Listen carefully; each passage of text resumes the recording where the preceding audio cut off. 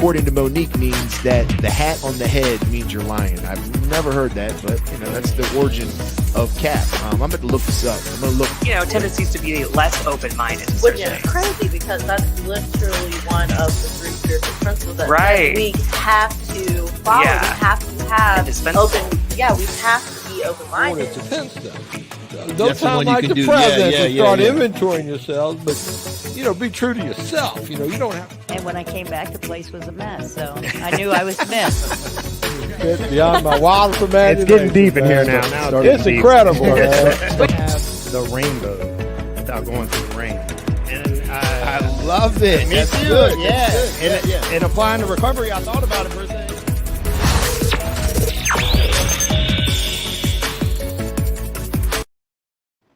I ain't the smartest individual in the room, but that's how I can learn something.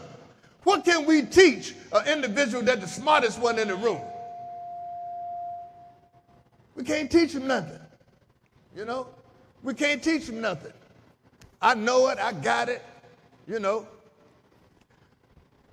We had a number of things that we could talk about today in my hike time.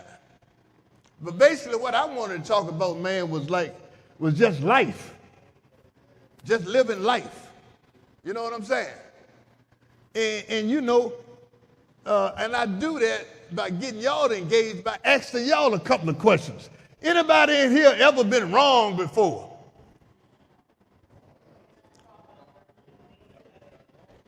All the time.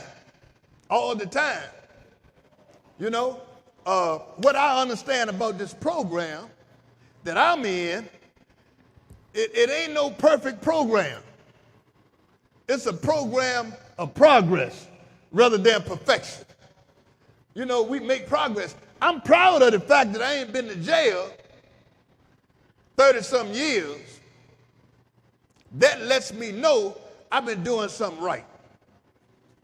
And I'm talking about, I ain't even talking about the drug aspect of it, how that can be compounded. I'm sure some of y'all have heard that the drugs is just a symptom of your disease. This right here, your thinking is the disease. The disease mind. Thinking, I can do it one more time and get away with it. That's the thinking right there. Man, I'm so grateful to God that I became paranoid. Because I understood my track record. Look at your track record. Look at where you have been, where it has gotten you. Look at that. Look at your story. Look at your story. I mean, it's laid out right there for you. I'm telling you, man, when I applied for Social Security, man, they sent me some information. If you think these folks ain't got tabs on you, you know what I mean? I heard a whole lot of people, this was during the COVID. I ain't taking that COVID shot. They trying to put something in my body so they can track me. Like you got something worth being tracked for. Broke. You know what I'm saying? Ain't got no money. You know what I'm saying? What the fuck they would track you for? But anyway, they got several ways of tracking you. Man, they sent me something when I was applying for Social Security. I looked at that shit and I was like, wow. I mean, they had this shit laid out, man. Social Security card, that's a tracker. You got several things in here, man, that been tracking you from day one. You get tracked now as you 2 years old, man. You got a Social Security card, you know? And man, I looked at this thing, man, and this thing told me every job that I ever had. I mean, it was telling me some shit that I forgot. I was like, wow. And then, I don't know, most of y'all have been out there on the street, you got a cell phone and you got a TV. You can be talking to somebody on the phone about a certain thing, girl, I need another washing machine. When you go back to your computer 5 or 10 minutes later, you see all of these advertisements about washing machines for the guys. Man, I need a new pair of shoes. I need a new pair of tennis shoes. I need the latest Jordans. You go back to your computer, and that's all you see. Advertisements about tennis shoes, you know? And the thing about it, man, you done heard this word before. You better wake up. The woke. You need to wake up. You know what I'm saying? Hey, you know, keep coming in here and getting lost and can't convince yourself that you lost. You come in here and get lost, and then you telling yourself a bunch of bullshit like we do so many times. I'm on top of things. You know, I know what's happening. I'm doing this, I'm doing that. And you can't stay out of jail for 2 years. You know? For 2 years, you can't stay out of jail. We say the same thing about using. You know? We got a way of stopping. Not taking a break, but stopping. A famous joke. Dude was driving the car, gets up to the corner, don't even look, and goes around the corner. The police pulls him. Said, why didn't you stop at the corner? He said, well, I ain't stopped, but I slowed down. Police pulled out his nightstick, started hitting him side the head. Said, now what you want me to do?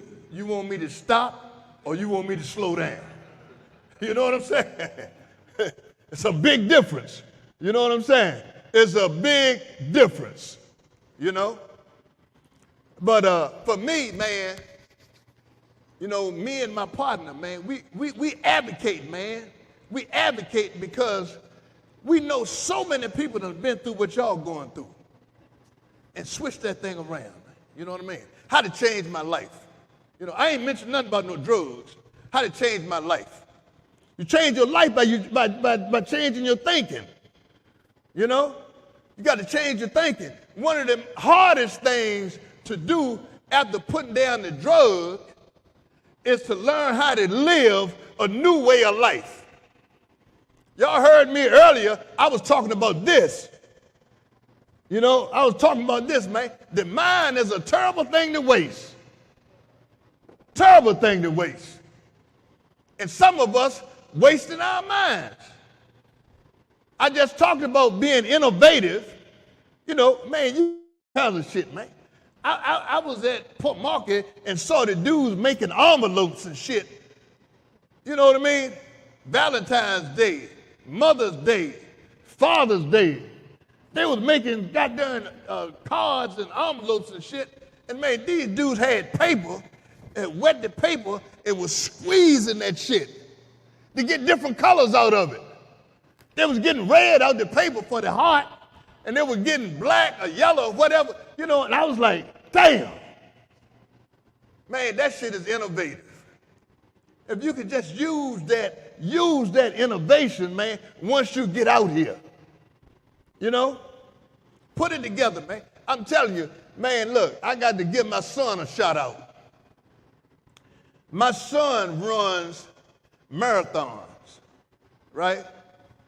He started running marathons during the pandemic, right? And, man, it got good at this shit. He had no idea. He got good at this shit, man. He was thinking initially that he couldn't run because of his knees. Thought he had knees like his daddy. But anyway, he started running, man. This boy done been all over the place, man.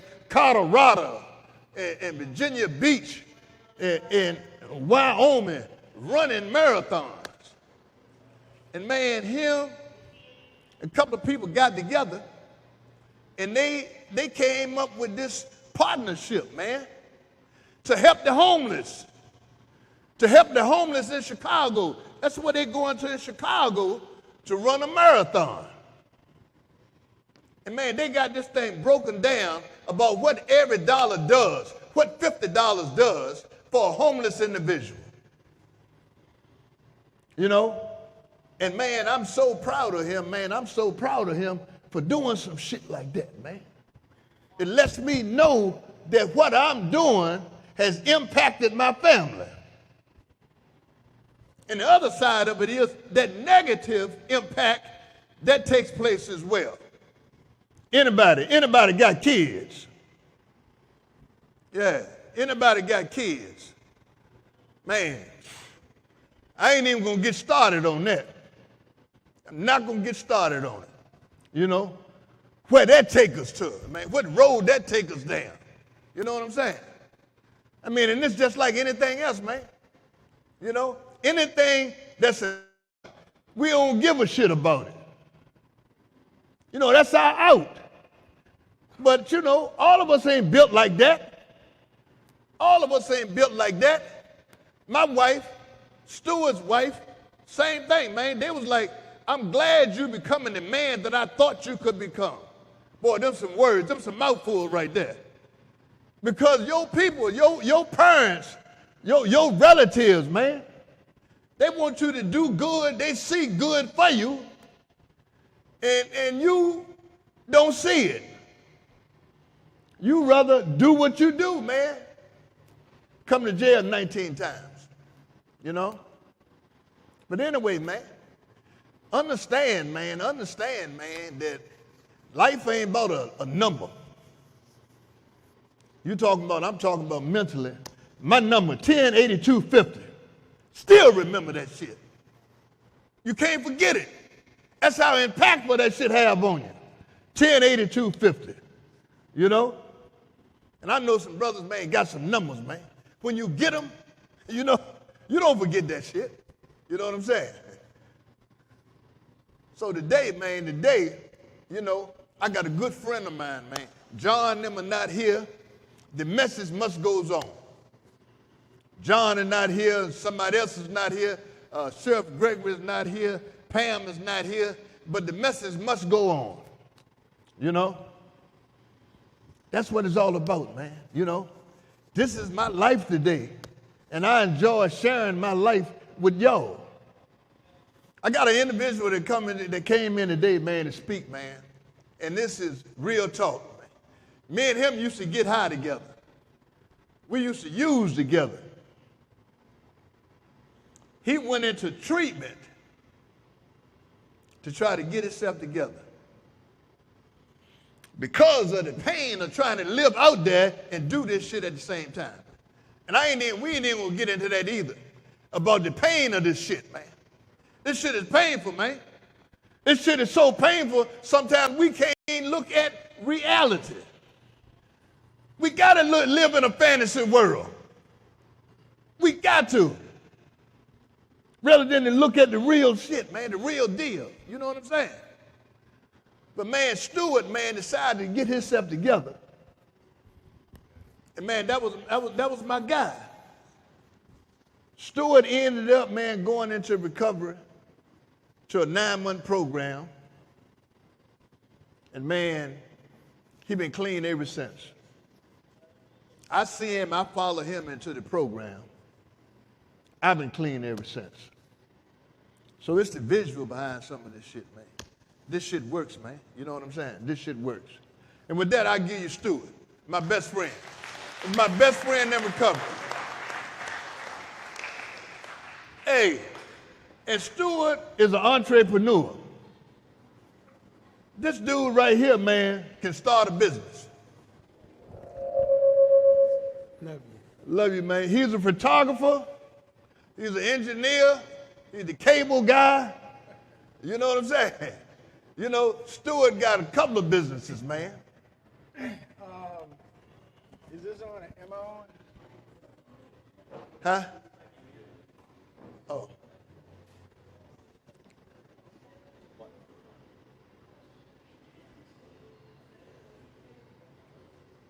Testing. Yeah, you on, Stu. I'm on. You on. Whoa, whoa, whoa. Testing. Can you all hear me?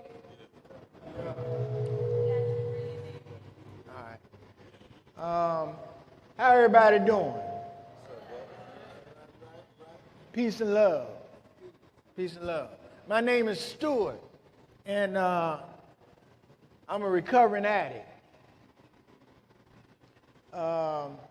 Before I say anything else, I want to thank God for allowing me to be here today. And I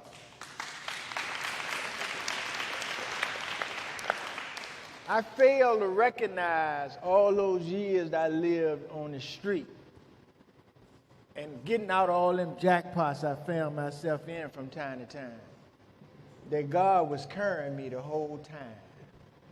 I feel it really. You know the footprints in the sand? Yeah, I thought they was mine. No. You know, and my lifestyle that I live proved to me that I had a halo over my head. You know, God spared my life for a reason. I'm from Richmond, and I'm a heroin addict.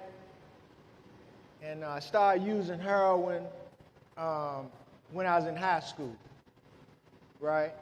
And I started snorting dope. I snorted dope for a little while, you know. And then I seen some of y'all sitting over in the corner like this. And I'm trying to figure this shit out, right? I said, well, I did. And they said, man, they shooting dope. And look, and I got to tell you before I go any further, as a kid growing up, my moms used to take me to the doctor. And they would have to give you a needle, right? And my mother and the nurse both had to hold me down to get the needle.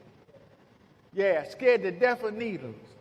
And so the dude told me, he said, man, they shooting they dope, man. When you shoot it, it goes straight to the joint, you know? And I said, well, hit me then. Just like that. I said it just like that, right? And I started shooting dope, and I shot dope for 20 years, right? I'm an old dope fiend. You know, I ain't just started this shit, you know. My clean date is August the 24th, 1987.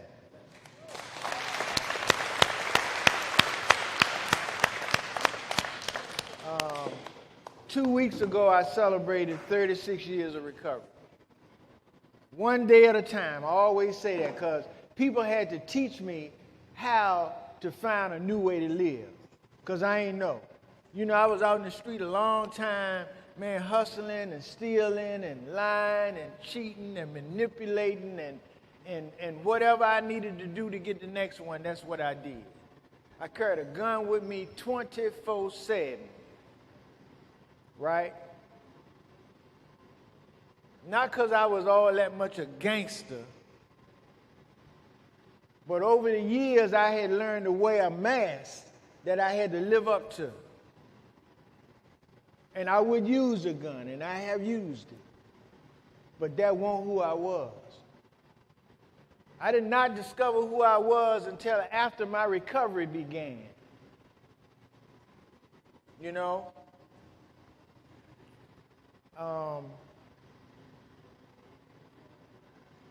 When I got clean, I was 36 years old.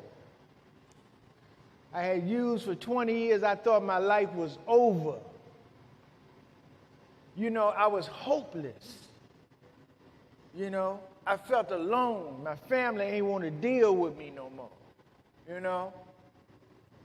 And it was a lot of days that I would wake up in the morning like around 8 o'clock, and I would just lay there for a few more hours because I hated to have to deal with what I needed to deal with to get through the day. Anybody ever felt like that? Total despair, you know? And so, you know, when I was younger, I had a lot of dreams and aspirations, man. There was a lot of things I wanted to do, you know. I liked to play basketball and tennis and a whole lot of other stuff. And when I started using, all that stuff just went away. I lost control of what I had my eyes sighted on, you know. Marsha said I went away to treatment. I did. But I've been to treatment 7 times. And I went to treatment 7 times in the last 4 years I used. You know, I was one of the guys that was in the room that thought he knew every damn thing. I was hip slicking down. I thought I knew, you know, people try to tell me stuff. I said, yeah, I know, man. I already know, you know. I had a closed mind. Closed mind can't get fed. And I was stuck on stupid right there for a long time, you know. I went to Rubicon. Some of y'all heard of Rubicon? In '86, my 6th trip to treatment, I went to Rubicon. And I got a brother who had gotten clean before I did. He been clean for 41 years now. We both used to shoot dope and act crazy and do everything that we do when we use. And I went to Rubicon, man, so he was going to NA meetings and AA meetings. There wasn't a lot of NA meetings back then in the late 80s, you know.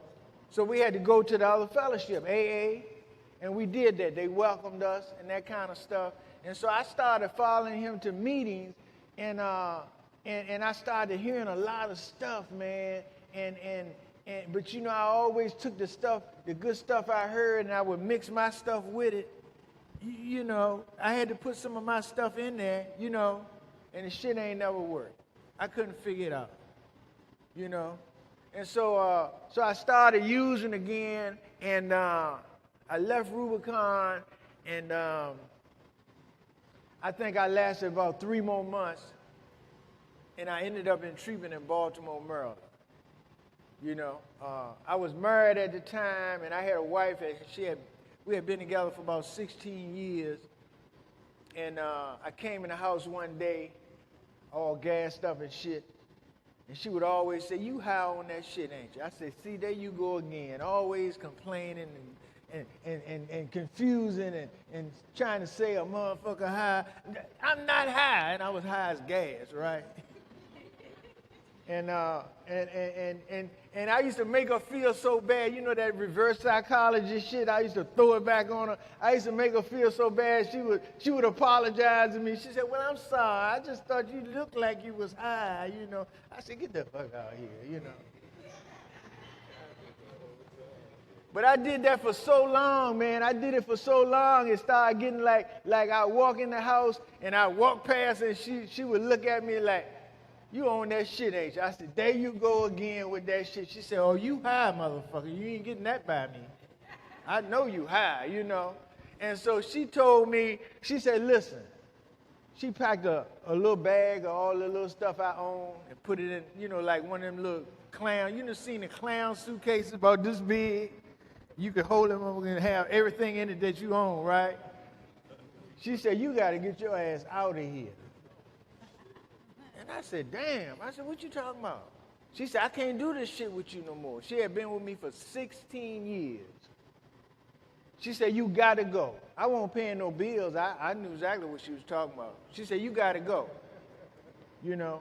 So God intervened. I didn't know it, right? God intervened one more time because she had always got me in treatment through her job. 6 times, right? She said, listen, I'll tell you what I'll do. She said, if you want to go to treatment again, I'll get you in treatment through my job. And a light bulb went off, right? See, because she scared me. When she said I had to leave, I knew how serious she was. I knew I couldn't get that shit past her no more. And then all I could see, I visualized myself being homeless, man. I had never been homeless in my life. I always had my mother, a woman, or a wife when I married her to do for me, not what I couldn't do for myself, but what I wasn't willing to do for myself. That's the definition of codependency. Some stuff I ain't know nothing about, right? So I told her, yeah, get me in treatment again. So she found a bed for me in Baltimore, man, and drove me all the way up there and dropped me off. Pulled up in front of the treatment facility, Baltimore Recovery Center, And when I got out the car and set my bags down and turned around and asked for some cigarette money, all I saw was smoke. Vroom! And I said, well, goddamn, here I am in Baltimore. I had a dime to my name. No money, no cigarette money, no nothing.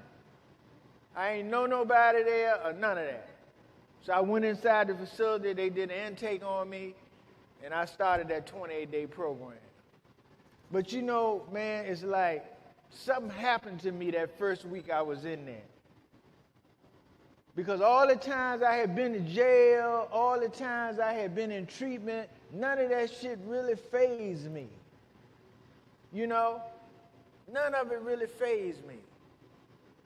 But I remember I got there on a Monday, and I was sitting on the yard outside after dinner smoking a cigarette, and sitting by the side of this guy who had a salt and pepper head, you know, black and gray hair, and he looked like he was about 85 years old. And I said, Pop, I said, what the hell are you doing in here, you know? And I came to find out later on we was the same age, right? He was messed up, man.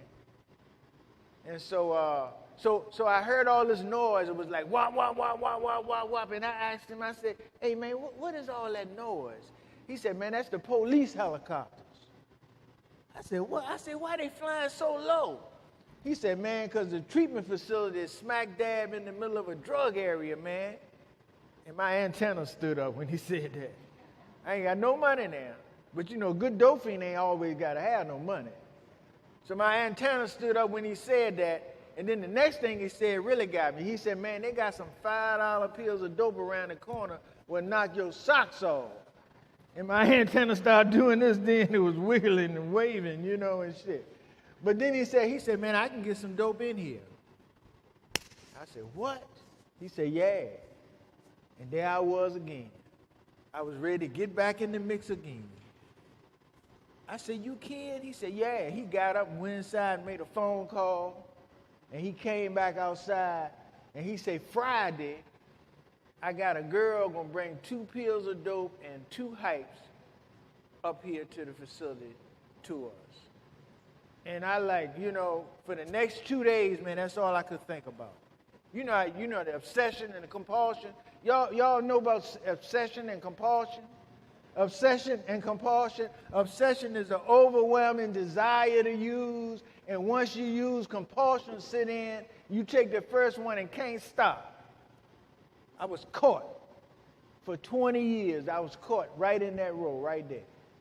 So for the next 2 days, I couldn't sleep. You know, I'm laying down in the bed, but I couldn't sleep, and I'm just thinking about, boy, he gonna bring that dope up here to knock your socks off. I can't wait till I get here. And so sure enough, Friday got here, and after dinner, we went out on the yard, and she walked down the alley, threw something over the fence.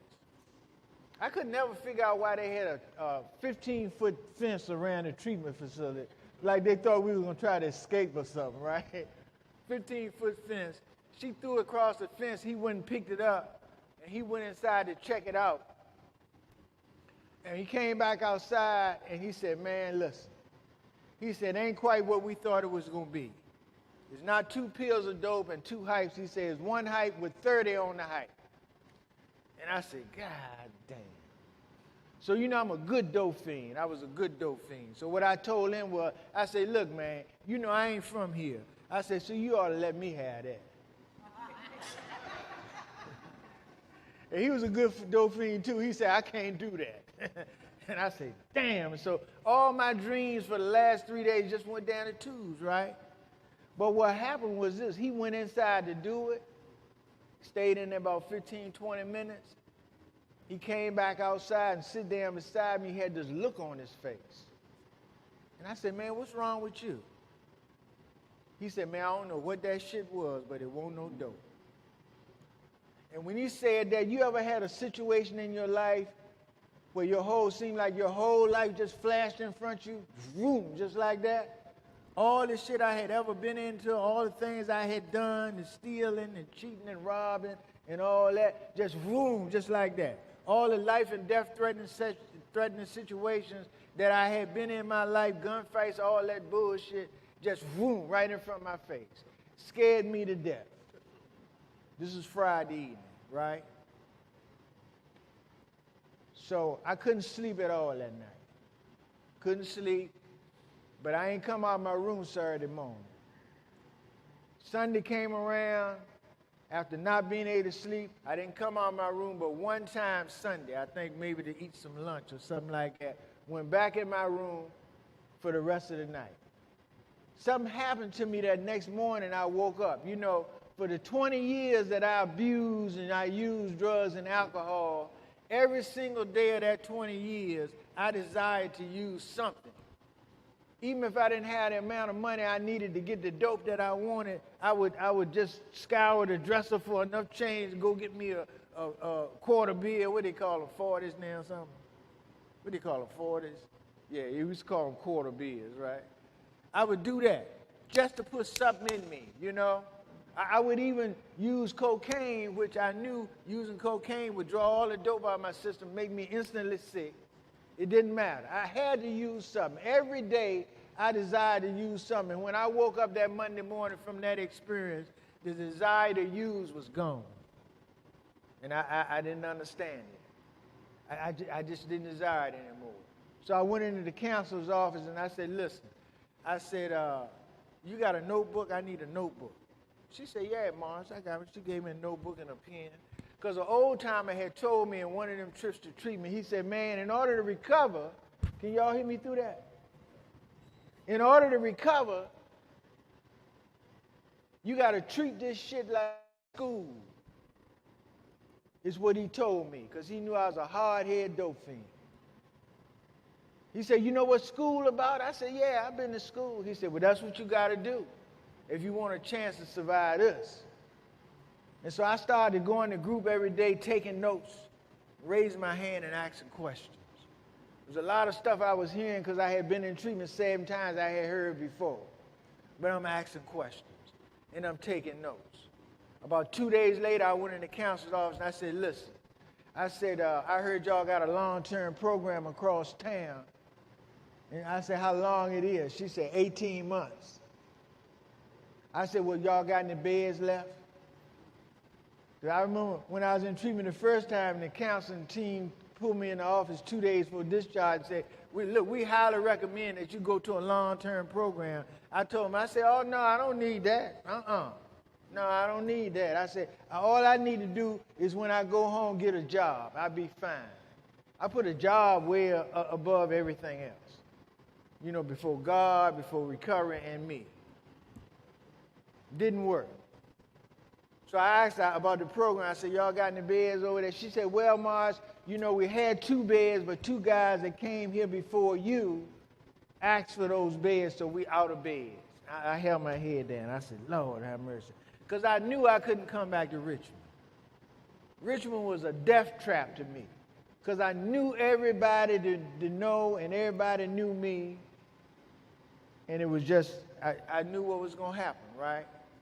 So I didn't know what to do. I just kept going to group every day. I had 3 more weeks left in there. And I kept going to group, kept asking questions, kept taking notes. I still got that notebook that she gave me that day with all the stuff I wrote in it 36 years ago. I still got it. And so what happened was 3 days before my discharge, I walked past her office and she said, Morris, come in here for a minute. So I went in her office. She said, have a seat. I sit down and I said, what's up? She said, you know, one of the guys has gone over there and taken his bed already. The other guy said he going to go home and recover from there because he's from Baltimore. She said, you still want that bed? And I held my head down again, mainly because I ain't wanted to see that tear fall from my eye. Because I knew at that point it was a God, man, and it wasn't me, you know. And I told her, yes, ma'am, I want that bed. And so they shipped me over there 2-3 days later, and I took my space over there, man. That was the first day of the rest of my life. Because those few experiences that I had experienced that last year of my active using showed me exactly how I was caught up and what I needed to do to get out of the situation I was in, you know. And so I started going to meetings. I met some guys in Baltimore that was in the facility where I went to, and they used to call me country. They said, Country, we like you, boy. You're going to be all right. We got you. And they called me Country because of my accent, because we talk different, right? And they told me they had me. Ain't nobody never told me they had me before. If anything, they told me you will get your ass out of here and don't come back. But nobody ever told me you're going to be all right, man, because we in your cone. And them guys began to show me what I needed to do to recover a day at a time. And my life started changing. Started changing before my eyes, you know. Because when I was going through treatment all those other times and in and out of jail, people used to tell me things like, man, you need to go to meetings, man. You need to change your people, places, and things. I said, man, they're my peeps, man. What you talking about change? I grew up with these people. They say if you keep hanging around the barbershop long enough, you're going to ask for a haircut like this. I would say, can you trim this up a little bit? You know what I mean? I appreciate it. He said, yeah, go ahead and get in the chair, you know. And so people used to tell me stuff like that when I was in recovery now, and I understood what they was talking about, man. They said, you got to change. You got to get some new people in your space, man. You can't keep allowing those bad spirits in your space, because when you allow bad spirits in your space, it'll corrupt your spirit. And I said, yeah, I knew what they was talking about, because I always did that, you know. And so I started following what they were saying, man, that I needed to do. I started going to meetings. I remember when they first told me, you need to go to 90 meetings in 90 days. Y'all heard that before? I said, 90 meetings? Man, come on, man. 90 meetings in 90 days? That's a lot of meetings. You know, I used to round numbers off because I was in the dope game, you know what I mean? That sounded like 100 to me. I said, 100 meetings? Man, come on, man. There's a whole lot of meetings, man. Every day you talking about, you know? And they told me, they said, listen, man, you suffer from what's called whyism. He said, because every time somebody tell you something good that you need to begin to learn how to practice in your life, you want to ask, well, why I got to do that? And that's exactly what I did, right? They say you need to stop asking why and just do some shit. They say, we got you. If you believe in us, just do something different. We got you. I said, all right, man, whatever y'all said, okay. And you know, I still didn't go to 90 meetings in 90 days. I went to over 290 meetings in 90 days. Because the guys I had hooked up in the house, that's how they went to meetings. I followed them. They say, if you want to recover, do what we do, go where we go, eat when we eat, and sleep when we sleep. And if God see fit to wake you up the next day, do it all over again. They taught me the philosophy of learning how to live one day at a time, because that was important for me. Because I used to be all the way back in last month about some shit I done did to harm somebody that loved me, and now I'm feeling remorseful and embarrassed about it, and I would worry about that stuff. Or I'd be all the way up into November telling myself, well, you know, my birthday in November, and you know, I like to tie one on for my birthday real good, and I was setting myself up to use. They say you got to stay into the day, because the day is all you got. Yesterday is gone, and tomorrow I ain't promised you're going to wake up. They say if you keep one foot into yesterday and the other foot into tomorrow, you will end up shitting all over the day. They say, why would you shit on the only thing that you got? And I got that message. And they taught me, man, these guys in Baltimore, man, I got a lot of friends still in Baltimore. I go up there all the time. We've been friends ever since, 36 years. These guys taught me, man, just what I needed to do to change. They say because the one-word definition to recovery is change. And then they told me what I needed to work on change. And they said your attitude, your behavior, and your sick thinking.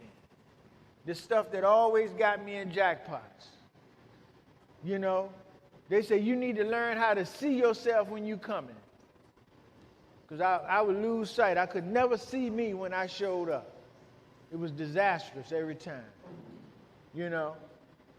And so these guys took a hold of me, man. I started learning how to live one day at a time. They said, man, 124 hours, that's all you do. All you got is today, Tuesday. What's the date? What's the date? Now, I know the day is 2. What's the date? 12. Tuesday the 12th is all I got right now. They say stay right into the day. They say if you make it to 12 o'clock midnight, you have had a successful day. They said, we're going to make it easier for you. Do you go to sleep at night? I said, yeah, I sleep at night. They said, well, a person usually sleep an average of 8 hours at night. When you wake up in the morning, all you got to be concerned about is the next 16 hours. They said, can you stay clean for 16 hours? I said, yeah, I can do that. Shit, I can do that. And they helped show me how to do that, man. You know, recovery is change, man. I had to learn how to first change my people, places, and things. Then I had to learn how to change my attitude. You know, I was always mad and angry. It was one dude in treatment, man, I wanted to kill him, right? He was just obnoxious as hell, you know, and just talk all kind of crazy shit. And they used to pull me to the side and say, man, let that man be where he at. You know, what he eat don't make you shit. You need to leave his shit unless his stuff. Focus on you. And they taught me stuff like that, man. My whole life started changing.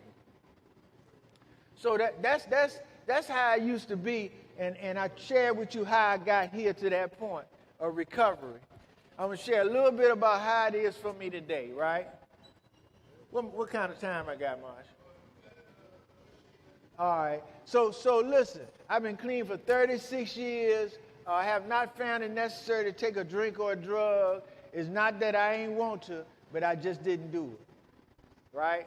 And so I started a business when I had 2 years clean. I had a business in active addiction. I had a janitorial service, and I had about 11 people working for me. And I had a contract with Morton G. Tallhammers back there in '86. And you know, he had the theater out of Regency Square. That was the first multiplex theater. I think it had 7 theaters in it, right? So he gave me the contract to keep it clean every night. And I had a crew going there every night at 11 when they shut the movie down. And we'd be in there till 7 in the morning cleaning up. That one contract paid me $87,000 a year. Just that one contract. So I had a lot of little contracts around it, right? I used to love to create businesses and do stuff like that. That was an active addiction. But I couldn't keep that business or other businesses because I would always get me a mayonnaise top and put it in the mayonnaise top, put some water on it, put some heat underneath that motherfucker and shoot it up. Every time I started something good, it wouldn't last, you know? And so I destroyed that. So I had 2 years of recovery, but when I had first couple of months of being clean, guys in recovery that had been there for a while, I used to hang around the older guys that had been clean 5 and 6 years, you know, because they told me if you hang around with the guys that went to treatment with you, it's like the blind leading the blind. Both of y'all bumping into shit trying to get somewhere, you know. So you need to hang around more experienced people. And one old timer told me one time, he said, young blood, listen, we understand that you got an entrepreneurial spirit, but we highly suggest to you, now stop asking why now. I'm doing some shit, right? They said, we highly suggest to you not to think about trying to start a business for at least 2 years. So, you know, I want to say why, you know, but I didn't. And I realized, they say if you just do what we share with you, it'll come to you why you need to do it. And I realized the reason being is because when I started getting money like that, man, whether it's selling dope or running a business or whatever, you know, I might be trying to stay clean, but at some point I'm gonna say, shit, pocket got the mumps, you know. I said, I can treat myself now, you know. I said, I can get one, you know. The biggest lie I ever told myself, I can do one and walk away. I ain't never been able to do one or nothing. After the first one is too many, 1,000 never enough. I cannot stop. I had to learn how to stop lying to myself about me. And recovery taught me who I really was, man, not who I perceived myself to be, you know? And so he told me, he said, don't think about no business for at least 2 years. And when I got 2 years clean, I got a bright idea. You know, I hit a number is what happened. I hit a number, right? 4-way number. Gave me about a little over $6,000, I think. Something like that. But anyway, I had an idea when I hit the number. And my idea was this. When I had 9 months clean, I had got a job. I had a good job. I stayed in Baltimore my first 9 years of my recovery. I ain't even come back here. I left the wife, kids, and everybody, and did me, because that's what recovery taught me how to do. I need to focus on me, because I can't focus on her or the kids, because I'll lose sight on me. If I lose sight on me, I ain't got to worry about them. There ain't going to be no them. They said, but if you take care of you, then everything else will work out. And so what I did was I had an idea, because I had got an apartment. First time I ever lived by myself, I had an apartment. I had just turned 37 years old. Nice little efficiency apartment with a little kitchenette and a little bathroom and space for me. Boy, that was the best thing ever happened to me. I had 9 months clean. And so I thought when I got 2 years, I hit that number, got that piece of money. I thought about opening up a furniture store. Somebody asked me, say, a furniture store? What you talking about, man? How you gonna do that? We don't do that kind of shit, you know? I said, yeah. So I had an idea, because Baltimore is an army town. And so soldiers get their new orders a lot of time, and they ship them overseas, and they have apartments, they have nice stuff, man, and they have to sell all that shit in a few days to get rid of it. And so they would put an ad in the paper, moving sale. And I started looking at all the moving sales, man, and I said, okay. So I found a building. I did a little renovations to the building, put a sign up outside, Stewart, and Stew/Arts, because I displayed artwork of local artists in the city of Baltimore. So Stewart, Stew/Arts, I thought that was pretty cool, you know. And that was the name of the business, right? And so I would look in the newspaper, I would go to moving sales, and I would buy furniture from these soldiers. I would go to yard sales, and I would buy stuff at the yard sales. And when I opened the store up, I had a grand opening. It's a used furniture store. Now, I used to sell quality used furniture, the mahogany woods, the maple woods, the cherry woods. I mean, it's real good, solid furniture, right? And when I opened the store up, I had laid it out like Hellick and Myers. You know, in most used furniture stores, when you go in, you have to get in. Let me see what this lamp is over here, you know, like that. But my joint was laid out like Haverty's or something like that, right? And it was real successful. And I had a lady walk in the store one day. I had a beautiful mahogany dining room set up in front of the store. And she walked in, and she walked around, and she looked at everything. She said, this is real nice. She said, how you come up with this idea? And so I told her a little bit about it. I ain't getting all into my recovery and all that. But the reason I got the idea is because there was a lot of people that were getting their lives together in recovery, and they like nice things, but ain't nobody had no credit. And I had me an apartment. I found out how to buy stuff from my place, but I know a lot of people ain't know what to do. We don't want nobody getting out no credit. And that's how I came up with the idea, and I told her about it, right? So she said, that was a good idea. She said, listen, I'm the editor of the Afro newspaper. Y'all remember the Afro newspaper, some of y'all? And she said, I'd like to do a story on you. I said, a story on me? She said, yeah. She said, Thursday, I'd like to bring my photographer over. I'm going to sit down and interview you, and I'm going to do a story to put in our newspaper. I had 2 years clean, man. Don't never tell yourself what you can't do.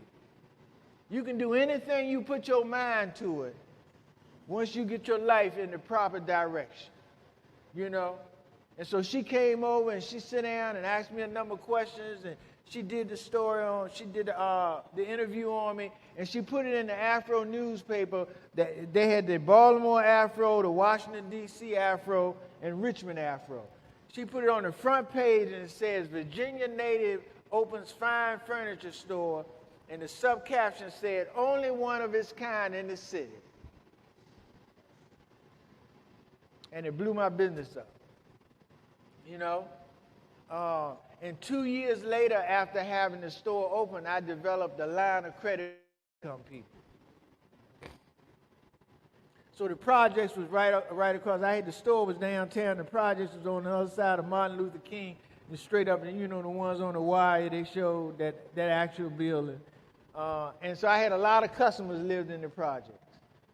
And you know, they appreciated me because I allowed them to come in and see a nice piece of furniture they want.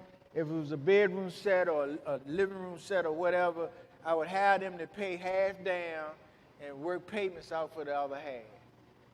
And at that time, by that time, I had started contracting and getting new furniture from furniture dealers, right? So I had a lot of new furniture as well as the used stuff in there. And people would come in, I'd give them credit. I ain't want no credit check or none of that. And I had only one person to fault on that credit the whole time I did that. The lady fell on hard times, and she felt so bad about it because people appreciated that I did that for them, you know. I used to deliver furniture over the projects, and you know, like the high-rise in Baltimore, if you ain't from that joint, you can't just think you can walk in there to go see somebody and come out unscathed, right? And I would pull up in the parking lot, me and my son, he was 17, to deliver some stuff, and they would say, Ma, I say, look, you need any help with the furniture? I said, no, we got it. They said, okay, don't worry about your truck. We got your truck. You fine. They looked out for me, man, them youngsters, you know, real respect, you know. And so, needless to say, my recovery has been really, really good. Simply because I learned how to change how I think about things, you know. My main problem was my thinking, my perception of things was screwed up, you know. I would always find other people or places or events to blame for the condition I found myself in. You know, like every time I got locked up, I had somebody else to blame. You know? I never would look at the real reason why I was sitting in here. It was because of me, because of the decisions that I made, you know? And I had to learn how to change that, man. I'm grateful to them brothers in Baltimore, man. They took care of me, Jack. They did, you know? So that's a little bit about how it is for me today. Right now, I'm 72 years old, right? I retired twice.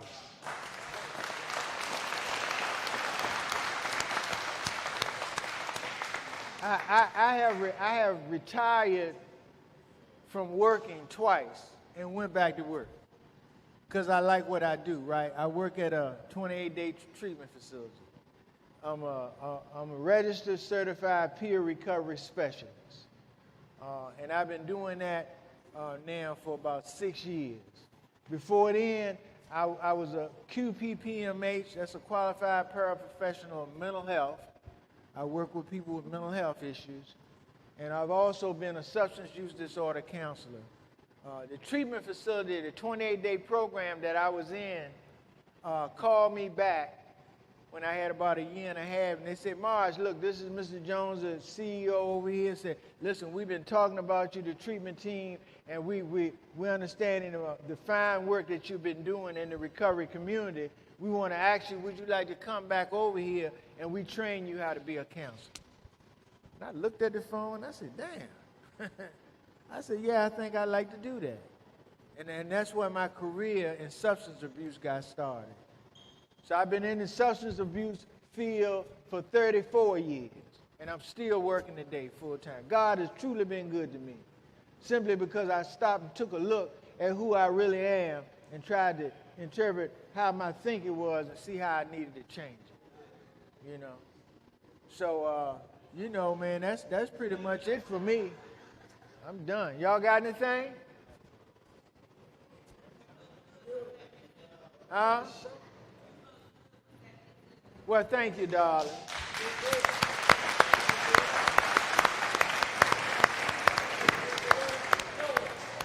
I started shooting dope at 19 years old.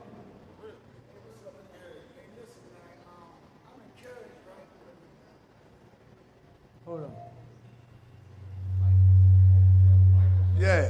Yeah, that's my road dog. That's my road dog. Go, come on, man. Okay, come on.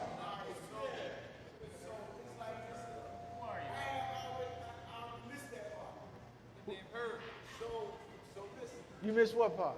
No, I'm talking to him. Oh, okay. Come on. Okay. I was already, I had already did the math. I was like, Yeah. let me see what I do, right? So I'm like, no.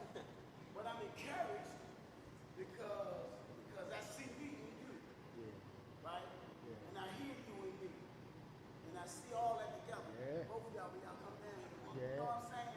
So it's like, some of the stuff that you were saying, I was like, I was wondering if you was talking about yourself or you was talking about me, right? Yeah. Because we can identify. Yeah. And it was very therapeutic for y'all to be here when y'all come. Because we can help each other.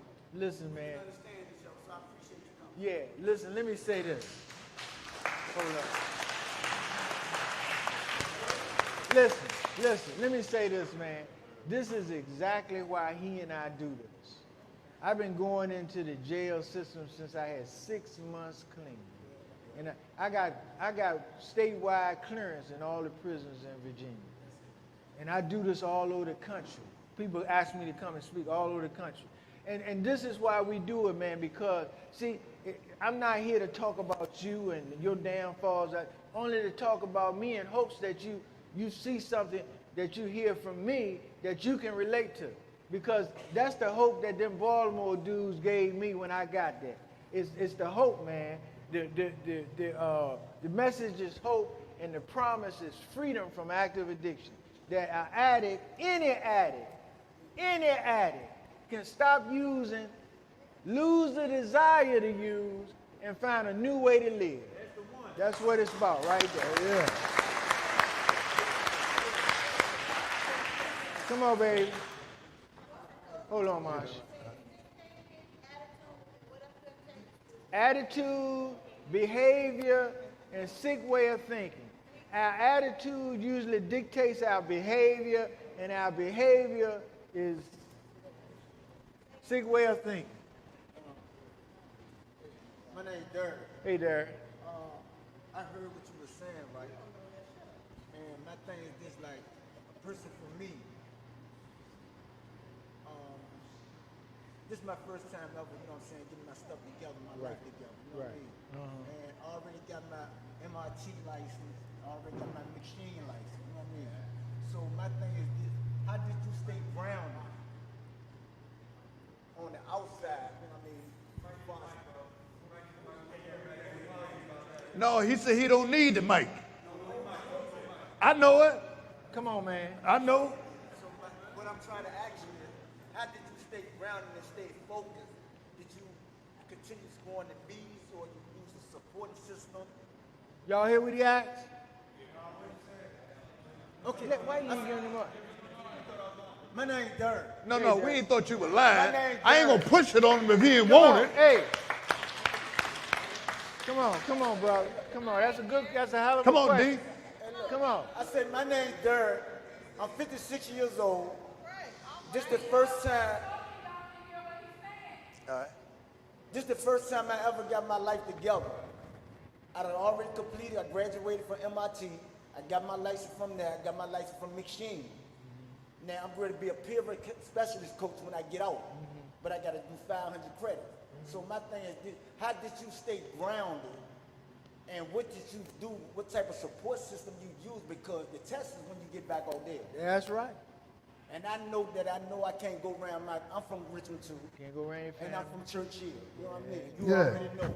So I'm asking you, what did you do, and what type of avenue did you use to stay where you at today? Okay, I'm going to tell you what worked for me. Narcotics Anonymous. This your support system right here. Once these guys get their lives together and all y'all roll into recovery together, whoever you meet when you're in recovery, you need to build a network of recovery people around you. Because they're the ones that's going to support you, you know. And I did it through Narcotics Anonymous. He did it through NA. You know, it's like people are there for you, man. They love you unconditionally. You're going to need that support because a lot of times family ain't going to be there for you. See, because family don't even really understand what you're going through. They have no clue unless they've been using like you have or whatever in the lifestyle like you have. They have no clue as to what's needed. They do things in our behalf, but a lot of times it's the wrong things. You know, they cradle us and stuff like that. They allow our bad behaviors to continue on. But they have good intentions, but they don't know what the right thing to do. You need to ground yourself with other people that's in recovery. That's it. Yeah. Man, we were at a meeting anniversary a couple of days ago, and the guy basically said the same thing. He was attracted to Stewart because he felt like he couldn't get clean in the Richmond area. And Stewart left Richmond, went to Baltimore for 9 years, and then came back. He saw how that worked for Stewart, and him and Stewart became, you know, part of each other's support group. Yeah. Anybody else? Ladies? And I just want to say this for D. The flip side of it is, what he said, is you can't get the brothers out there on the corner to be your support group. You know? Because their thinking is what you're trying to get away from. You know what I mean? And let me just say this, man. I like to boast sometimes, but look, Stewart pulled up in a 2020 BMW. I pulls up in a 2023 Mercedes. I was a drug dealer. I ain't had no money. I worked for 20 years, slow grind. And man, we seeing the fruits of our labor. Been seeing it for some times now.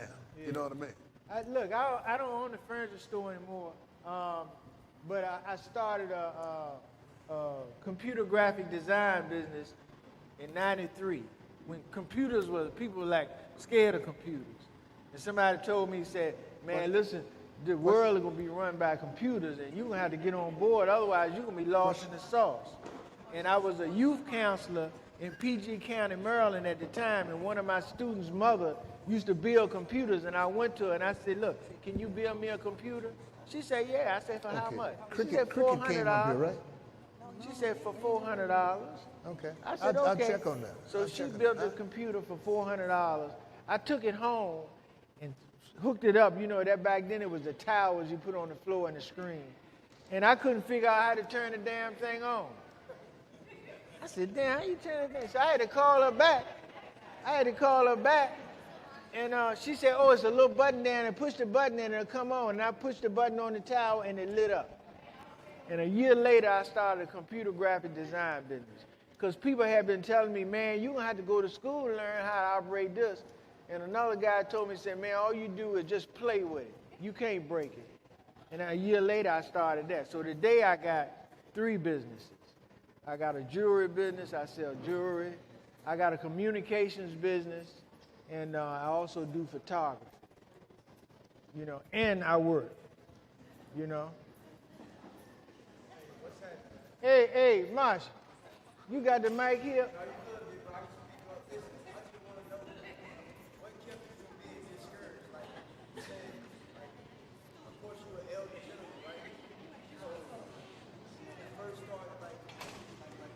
Technology is a thing that a lot of older people stay away from, right?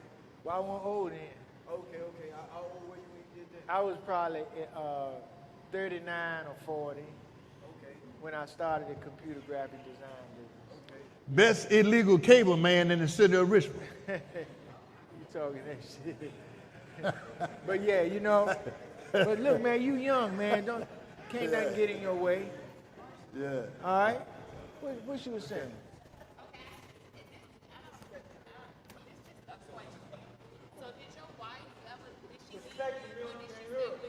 No, I relinquished the relationship. Huh? You relinquished the relationship. So are you single? So y'all still together? No, we're not together. So but did y'all after the program? I freed her from bondage. She was in bondage and I was in bondage. I found out through my recovery a few years later that I loved her, but I wasn't in love with her. She was my biggest enabler. She was an enabler. And so I freed her. I didn't just walk out on her, though. We had a son, and he played basketball. Yeah, we already had a son. But 3 years, 4 years into my recovery, he was a senior in high school. We brought him to Baltimore with us, got him in school, and I told her, I said, listen, once he found a college to play ball at, and we agree with that college, then I was going to leave, and that's what I did. Yeah, we friends today. Huh? Yeah. Oh, thank you, baby. They want to know where you're singing. What? Will I sing? Yeah, no. Are you single? Oh, am I single? No, I'm not single. Look. You think somebody gonna let me get by them like that?